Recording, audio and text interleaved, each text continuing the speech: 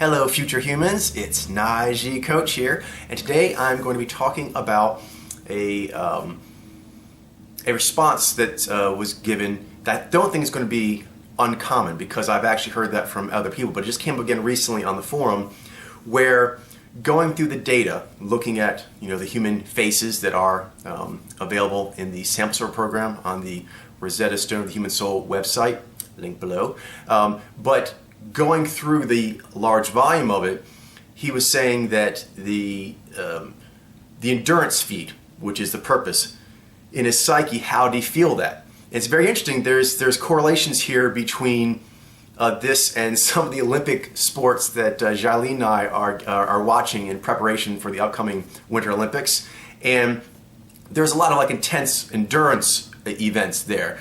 Things based on cross country, and cross country apparently really taxes the central nervous system. So there's different things you go through with that, and other sports have that as well. And in the physical realm, there's a saying: fatigue makes cowards of us all.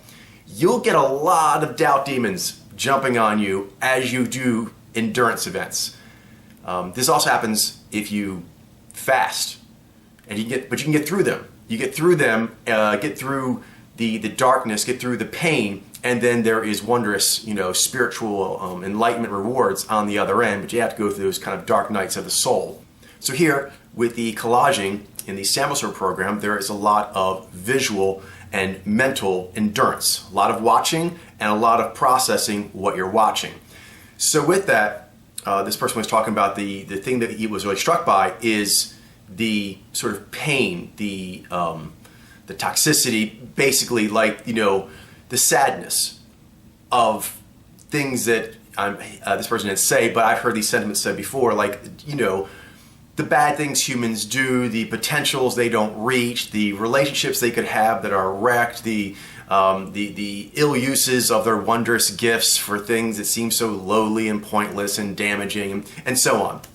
Okay, so I was actually talking with Jailene about this. We had a really good conversation, and some things that kind of came up from that. First is, you want to look overarching of what it is you're doing.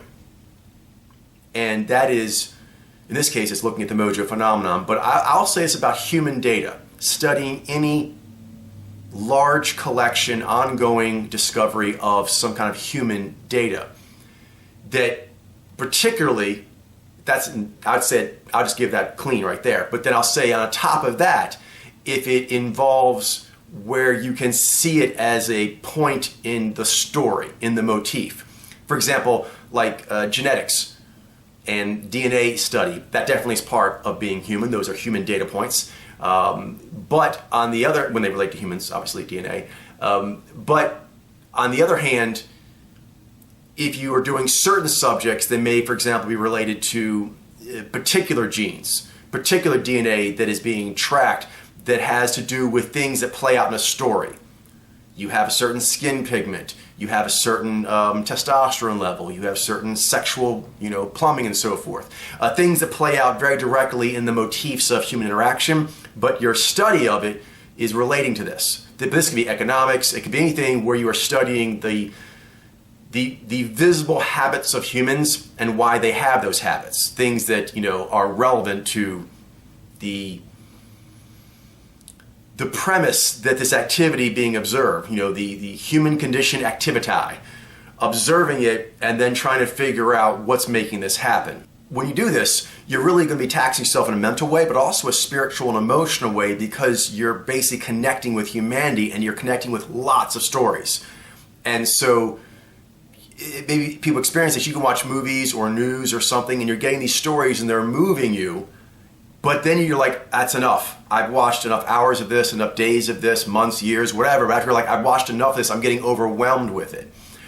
That's understandable. And with the data, the Mojo phenomenon, you'll be studying a lot of different humans, and as a part of that, their story is contextual information. The best way to look at this is as an ongoing process, one that you need to do some initial work to kind of get into operational flow, and then finding a flow that you can do for life that's going to actually have peaks and valleys and twists and turns, but always trying to go forward and upward.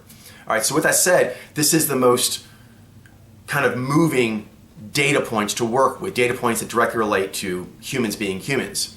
So having a sense of reverence for that process, and that it is what it is, but overall we're watching something magnificent because of the import and influence it has in the world, and to be able to see its data points is a profoundly privileged position of information to have, to be able to take in more of what it means to be what you are, which is a fellow human. All right, that's a very important kind of premise to come with, because that means that the process is good and it is doing something worthwhile that you'll want to be doing continuously in some form forever going forward. So that gets the first thing, it sets you up to be able to handle the kind of first thing you will feel when you're going in often. Not everyone. There are other things that may pop off, but for a lot of people, it'll be the pain. And that's because there is a lot of pain to be observed out there in the world, but also a lot of people are in pain themselves. And so if they're feeling in pain in their own life, they will note the pain signals in other humans more readily. They'll pop out. All right, understanding that that's part of the process, that that's not wrong to feel, that's proper to feel, but that it's something you can internalize and flex out, and even though it may be sad, you can come to a sense of harmony, balance, being aware that this most amazing story that we are privileged to be able to observe in this way, that it has these painful qualities, it has these tragedies built into it. There will be a lot of tragedy in a great story. So we're looking at the greatest story ever, which is the story of humans. You're studying human data points, you're studying the story of humans, the greatest story ever. It has great pain in it, great tragedy. In fact, all the story thematic elements will be great. And pain and sense of loss and missed opportunities and all those kinds of things, and power slipping out of one's hands, opportunities that went in your blind spots, all those kinds of things, they become more aware to you, because often that hits people hardest themselves. Just know that when you process that pain, and you will process it, the more you kind of think on it, it will bring these motifs up to you, but you will get better at where one needs to be in order to accept that as part of the story. Not that you don't want to strive to avoid that going forward for yourself and your fellow humans, but you accept that that's going to be part of the story, and that the story getting to where it is now, it would not be possible. A lot of time there can be like utopian thinking that there's a way of being to where there will not be pain, there will not be loss, there will not be frustration, there will not be things that don't go as they optimally could for every single person, every moment of every second of existence. So that's accepting that existence wouldn't make sense like that. That's a utopian kind of idea that what would you even be doing in existence like that? Pain is part of the pinions of purpose. You need that to actually have purpose to existence. So just acknowledging that and taking it in and feeling it strongly, that can be very healing in a way, to be able to connect your pain with the pain that's out there in general. Know that is part of the human's experience, as awful and as debilitating as it can be sometimes. It is part of it, and you are sharing with other humans. Doing that gets to the other side of the discomfort.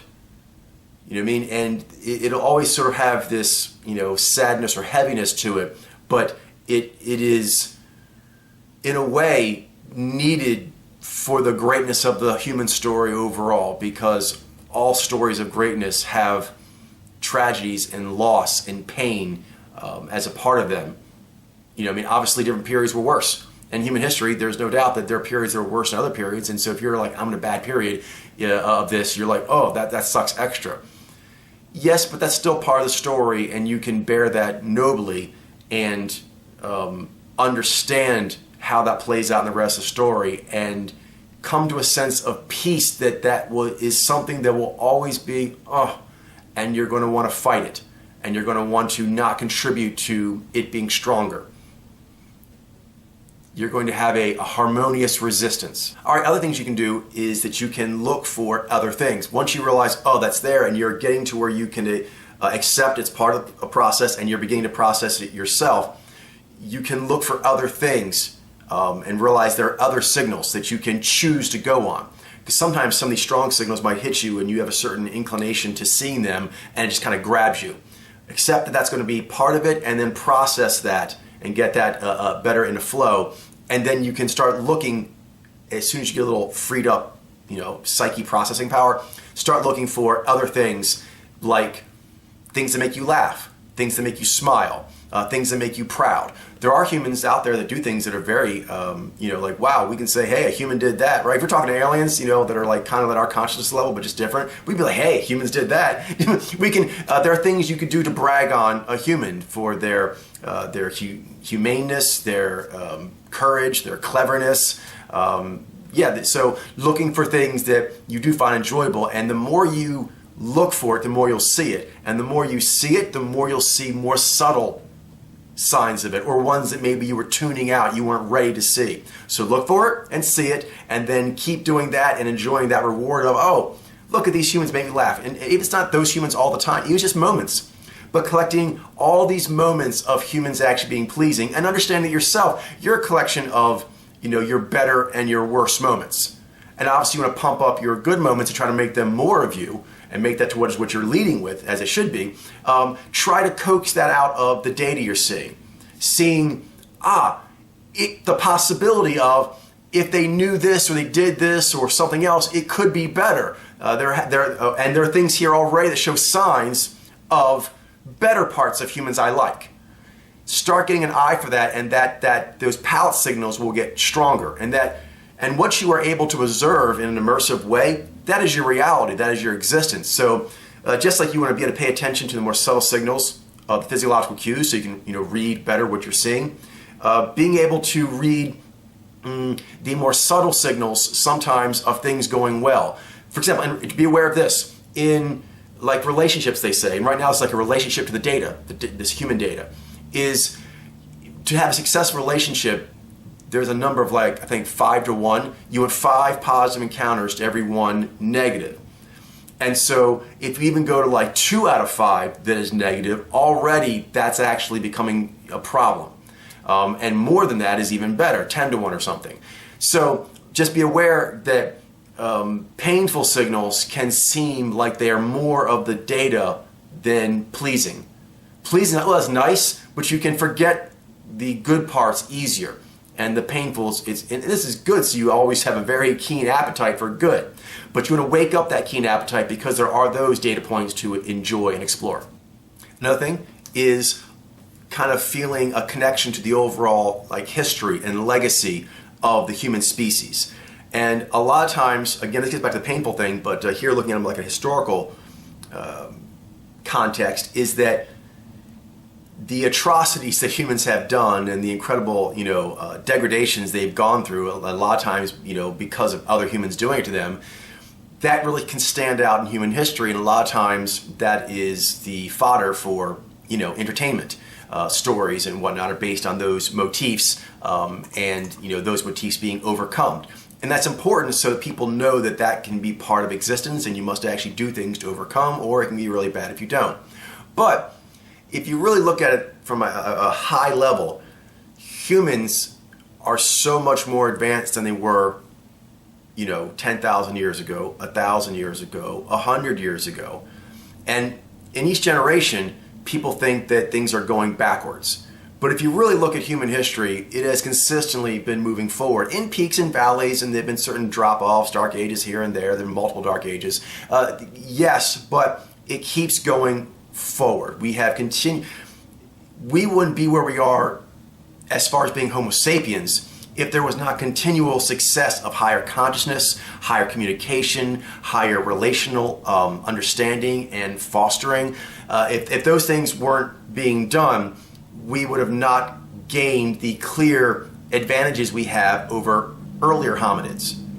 And then within humans, if you look back through history, people always say this, for example, They see movies, they see the current things going on in the world, politics or Hollywood, and they're like, oh, I wish I could live back in Viking times. I wish I could live in the 1400s. I wish I could live back. Like, no, you don't.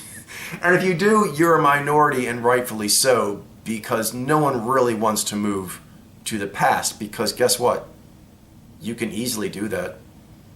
You can easily do things to make where you're living be like it was back in the day. 100 years ago, 200 years ago, you'll find people don't want to live like that. They won't live like that by choice. If there's an option to live the way future humans are living, they're going to live the way future humans are living. That's the way it's consistently gone. So you can take some sureness and solace in that has been the trajectory. And even though there are awful foibles every generation, like you're like, how are we going to make it? This generation going forward is going to be so worse than where we are now. The painful tends to jump out more, and it's good because we want to jump on things that are unjustly making, well, pain is just generally bad, but if you can find out what is causing it, you can actually alleviate it. So it's good that it pops out, but we don't want to be thinking that the trajectory of humans actually is going to say we're not going to be someplace good. Now, things are, I'm no, overly idealistic utopian here. I understand that we have dangers from nuclear bombs and things like that, so humans go in these peaks and valleys going forward, and you wonder if one of these valleys might be such a valley that we don't have a planet anymore, in which case the game's over and there is no next stage. That's a concern, and that's why we really want to watch out for things that are causing pain or causing sadness and things like that. You're like, why is that happening? You know what I mean? Like the shrieks of babies, you can't like not hear it. That's a good thing, because you really want to be able to tell what is causing impingement, even minor impingement. You want to be really aware of it and try to get on top of it. But humans have been successful in moving forward. The cultures have been getting more advanced, the language is more advanced, the humans are able to talk to each other more and more. It seems like right now people are noticing, and it is crazy, like there's a lot of cultural clashes here because of the internet. And people are like, oh my goodness, this is worse than ever. No, it's not. They weren't talking to each other at all at that level before.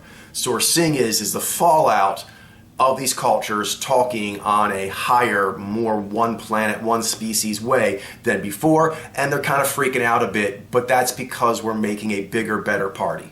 It's a bigger, better party for everyone, but this is the initial meet and greet, and sometimes that stuff gets sloppy and awful. But it's part of a process that's making for a larger sense of identity that is more inclusive. And it is this process of new levels of inclusiveness that's causing, a lot of conflict. But we have been consistently becoming more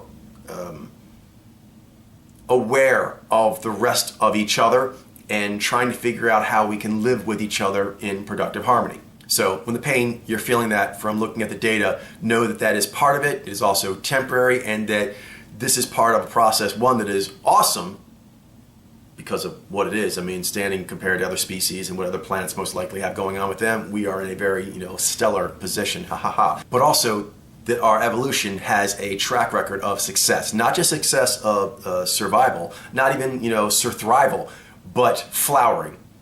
We are flowering into more conscious creatures. It takes a long time, and there are a lot of ups and downs, and the downs can be really, really down. But the process has a long history of going better and better and better, and not just on technology or things like that or accruing power. Those things have gotten more sophisticated and powerful and next level, but so has communication, so has the sense of identifying humans as all being humans and identifying ourselves within the rest of the animal world. And so these integration levels are also increasing. Last is, was words Eileen used, clinical. Is looking at the data clinically, kind of going to clinical mode and recognizing that you're going to be working with things. There's the stuff that's like, oh, it's awful, but there also is just stuff in general where maybe you feel envious of something, or maybe you actually have a tense longing for something, or maybe you're angry at something you're seeing, or makes you scared, things like that. So there's a lot of things you may be feeling, and recognizing this work requires that, and sort of going into like operator mode where I'm going to need to work with this data, but keep my fingers clean. And then I can allow these other things to take over me, but never so much that I kind of lose my operator's gloves. You want to keep those operator gloves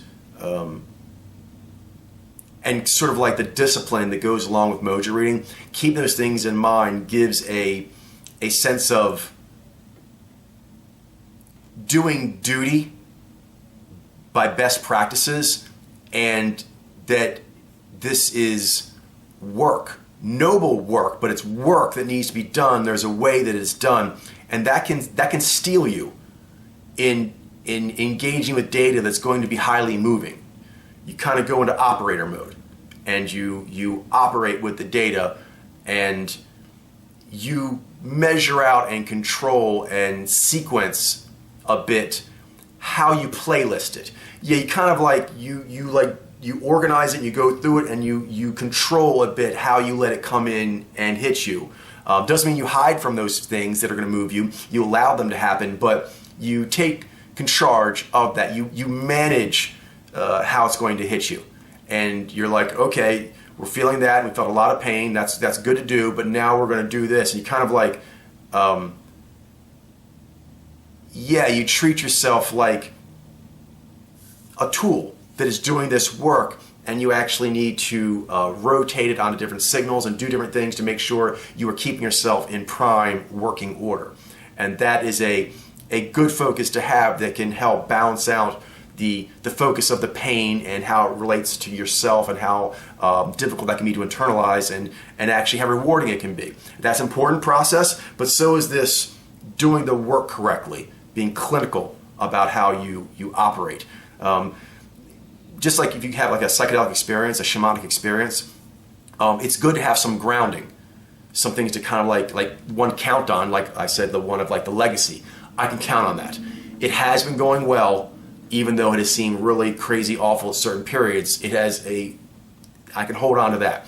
Another one is, I should do these steps in these ways. Doing the work in these ways, that can help walk me through confusion, walk me through awkwardness, pain, discomfort, frustration, whatever it is. I'm going to walk through. Step here, turn right, do this. Doing those kind of procedural steps can also help control and manage the powerful emotional influxes that can come from looking at human data.